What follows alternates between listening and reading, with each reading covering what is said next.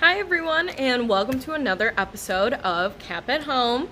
And my name is Miss Allie, and thanks for hanging out with me this afternoon in our summer session. I got a really cool project planned for you today. Today we're going to be making these Basquiat Inspired Crowns out of cardboard or paper, whatever you have. They're really fun. We're going to get a little messy doing them. We're going to learn about a new artist, and then you'll have your own crown, or maybe you want to give it to somebody else. They're pretty fabulous. I love mine. Getting ready to wear it all the time. So let me switch over to my art making board and we can get started. I'll show you what we need, and then I'll show you how to make them.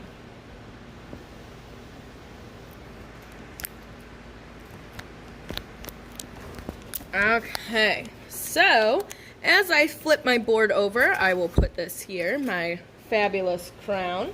And a couple of things as we get started, as I'm getting my camera situated here. A couple of things that I'm going to say. First of all, I want to thank our sponsors at the College for Creative Studies, as well as General Motors, for allowing us to keep making these really awesome free tutorials for you every week. And again, thank you for joining me again this week. Now today, like I said, we are going to be making these Basquiat inspired crowns. Now, Jean Basquiat was an American graffiti artist in the late 70s in New York, and his signature painting style consists of these sort of like obsessive scribbling, symbols and diagrams, mask skull imagery, and he always ended up incorporating these like sort of crowns, gold or yellow crowns. And one of the things that I love, one of his quotes is, "I don't even think about art while I work, I think about life." And I think that's so cool. So we're going to keep that in mind today. So to make these crowns, we're going to need a few things. We're going to need some cardboard. I also found that you could do this project with like a paper plate if you don't have like cardboard or cereal box or something like that. You're also going to need some scissors, hole punch or something to make a hole. Some string or yarn or ribbon or something to tie. We're also going to need some paint. I have a bunch of different colors of paint over here. A couple brushes, water, and some napkins. And of course I have something underneath my table so I know that it's okay to get messy. And a few decorating materials, whether they're crayons or oil pastels or, you know, any kind of fun paint markers or something that you might have. I have a few things over here, and I'll show you, and I'll tell you what I'm using as I'm using them. So let us get started on this super fun project. I know it sounds like a lot of materials, but it's actually pretty easy. So the first thing we're going to do is start out with our cardboard. And we want to draw out a crown first. So now you can do this one of two ways. You can either start out by drawing your crown and cutting it out and then painting it, or you can paint the space and then cut the crown out. So that's kind of totally up to you. So let's do it. Let's paint the space first.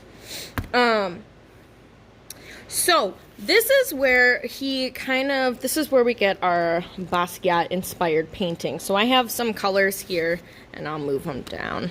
And if you just have a few colors, I try and stick with like the primary colors, which are red, yellow, blue, and then you can have like white or black. You can also add a few different other colors. And you can kind of just start to go a little crazy.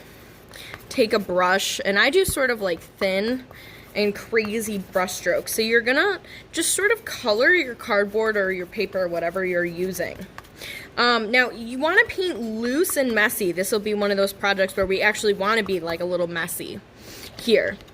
You know, the key here is to be sort of like energetic, spontaneous. We want to paint like loose and messy brush strokes. I'm kind of overlapping a few things here, you know, and I'm kind of going back and forth. I got this really bright purple. I'm using acrylic paints. You can also use tempera paints. I don't recommend watercolor because it's a little too loose for that. But you can get any of these paints at the dollar store. I've got some violet, and I'm rinsing my brush off in between each use in my water bucket and then wiping it on my paper towel so it's pretty dry to go into my next color. And I'm just gonna add in, and if you notice here, I have my colors here in these little containers, which I think are really useful. I also got at the dollar store. I love the dollar store. And they were, again, $1 for like 10 or 11 of them, and they come with lids. So it's great for using paint. if you're not doing something super big and you don't think you're going to use a lot of paint or whatever. So I'm just sort of filling in. I'm trying to get my expressive. I'm trying to think about my day. My day was pretty chaotic today, so I'm trying to kind of feel that energy here.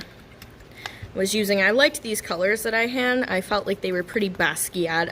I'll post a link in the comments of this video so you can actually see what some of his work looks like. You can also just type in Basquiat.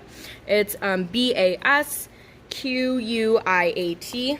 and you can see some of his work. He makes some really cool work, very colorful, some kind of crazy stuff going on.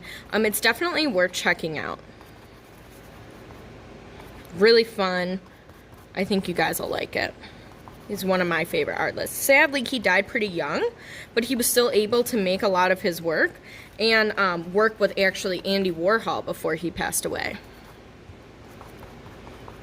Okay, so I have my space pretty much covered. I don't have to totally go to the edge here. And now the key here, we want to make sure this dries, right? I have a lot of stuff on here, and I'm going to let this dry. So you can acrylic paint really doesn't take super long to dry, usually within an hour. You can even put it in front of a fan or take a blow dryer. So what I'm actually going to do, let's pretend that I already have one done, and ta-da, it's dry, and we're moving on to our next step. So I'm going to push my paint aside, and let's say I colored my cardboard first, so then I can cut my crown out. So you can decide like which edge. I kind of like this bottom part down here, so I might actually do it down here. And I might decide that I want my crown to be sort of like this. And I do like 3 triangles, so it sort of looks like this. It doesn't have to be super even. It can be smaller than this if you'd like. And then you can use an X-Acto knife or scissors to cut it out. Now, just for the sake of time, I'm going to use an X-Acto knife. But please ask for assistance. If you have like thin cardboard or paper plate, it'll be easy to cut with scissors. Just because I had some thick cardboard here, I was just going to use this. Always ask for an adult's help if you need it, or an older sibling. And it's I might have to go over it one more time. Like I said, this was pretty thick cardboard. Just for the sake of time. I could also cut this with scissors. It just takes a little bit more time. And be sure to be patient. Again, we want to do our project in steps here. They're going to look really cool in the end, so we don't want to rush anything. And again, a good thing to have stuff underneath you while you're working and cutting. So having a designated workspace or having something on your table, working outside even can be really good. Anywhere we want to be sure. Like I said, I got some really thick cardboard boxes, so I was trying to use those up. Again, we want to recycle. Ta-da! Here we go. And this is really good. I could actually get like 2 out of here. I did a really big piece, so I could actually totally do another one. So I'm going to set that aside. I'm going to kind of wipe my space off here. And the next thing that we want to do is actually going to decorate it a little bit. We're going to add some layers. So we can add some details. So we can add some like slashes or scribbles or other small symbols, kind of get wild with it. So this is where I have some fun materials with me today. So I have these oil pastels. Oil pastels can be really fun because they're sort of like crayons, but they have a thicker consistency.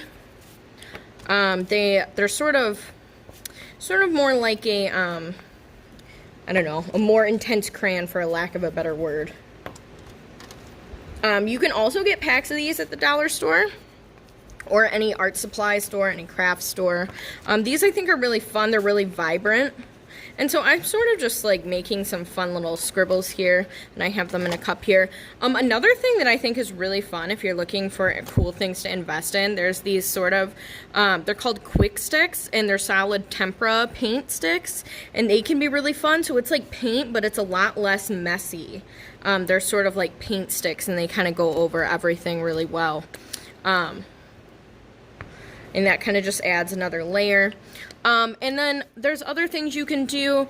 I have these really weird metallic sort of, again, oil pastel type of crayon things. But again, you can pretty much use anything. Like I said, normal crayons. I know I was just at the dollar store the other day, and I know I've said the dollar store a bunch of times, but I was at the dollar store the other day, and they had some really cool stuff, some really cool types of crayon packs that I thought were really interesting, so I definitely got a few of them. So that's something you could do as well. Okay, so I think this looks pretty cool. I added some sort of like scribbles and stuff, just sort of added some more layers, some different colors, made some of them stand out a little bit more. You totally don't even have to do this step. It's just sort of like Basquiat sort of has all these layers. Sometimes I sort of like pick out the colors that were from the paint and sort of just make those spots bigger, you know? Or you can leave it as is, totally your call. So we have our crown. Now the last thing you'll notice when, if you look at Basquiat's work, is that he sort of, every crown he does is sort of gold. It's sort of like a gold or yellow outline. So that's something that we're also going to do. I have this like sort of paint marker, which I thought would be really good to do like a bright gold or bright yellow outline. So paint marker would be really good for this. Again, or an oil pastel, or even glitter if you wanted gold glitter or paint. However you would like to do it. And I know I'm kind of like shaking it so it all kind of comes out. Or any sort of outline, or you don't even have to outline it. I know in my other example I have one. I kind of think they look cool, but that's totally your call. I'm gonna shake it a little more. And like you could also use paint for this part as well.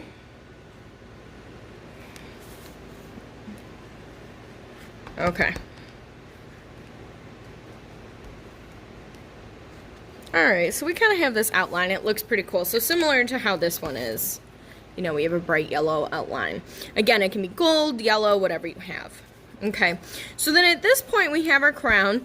And we want to attach it so we can actually put it on our head. So at this point, we want to grab our handy hole punch, and we're going to make 2 hole punches on the side. They don't have to be super close to the edge. Press really hard. If you don't have a hole punch, you can also make holes with a tack or even your scissors. So I have 2 holes there. And you can use some string or ribbon. I have this sort of like green sparkly string, which I thought could be really cool for this, or this yarn. Again, you can use ribbon. I'm going to take 2 pieces out. Anything you have, again, stuff you can get at the dollar store or any craft store that you might have. And I'm going to tie them onto each thread, or thread it through each hole, excuse me. And then I will tie a knot if I can get it to go through. I know my hands are kind of messy. It's been a messy, very creative, messy art day. This would be a good day to have a smock on. There we go. Okay, and I always do sort of 3 knots just to make sure it's even. Like I said, I'm going to tie them on both sides. Thread through. And I always kind of tie them on the back so the knot's sort of in the back. 2, 3. And if you made your crown really big, you could also another helpful tip is to sort of bend the sides a little bit so it looks like it's starting to bend, you know, and so it'll be easier to tie around your head, and you can have someone, assistant, maybe a family member or friend, to tie it around your head, and you have your fabulous Basquiat crown. And if there's any, like after you look at it, if there's any other details or something you might want to add, you can always go back and do so. So that is basically how you make these really awesome crowns. They look really cool. You're going to look fabulous. Again, you want to make sure to check out artist Basquiat. I'll put a link to some of his work in the comments of this video so you can check that out. So before we wrap up, we always want to make sure we clean up. So make sure anything that you used has a cap on it. You want to clean off your brushes. Now we always want to clean off our brushes with soap and water, rinse them off, and keep our bristles up when we wash them. Throw any scraps away, any extra cardboard, and then you can just wear around your awesome crown and show off how cool it looks. So thanks for joining me again today. My name is Miss Allie, and today we made these awesome Basquiat Inspired Crowns. Make sure to check out the rest of our videos every Monday through Thursday at 1 p.m. and our whole video library on YouTube, Instagram, and Facebook. Thanks for joining me, and I will see you again next week.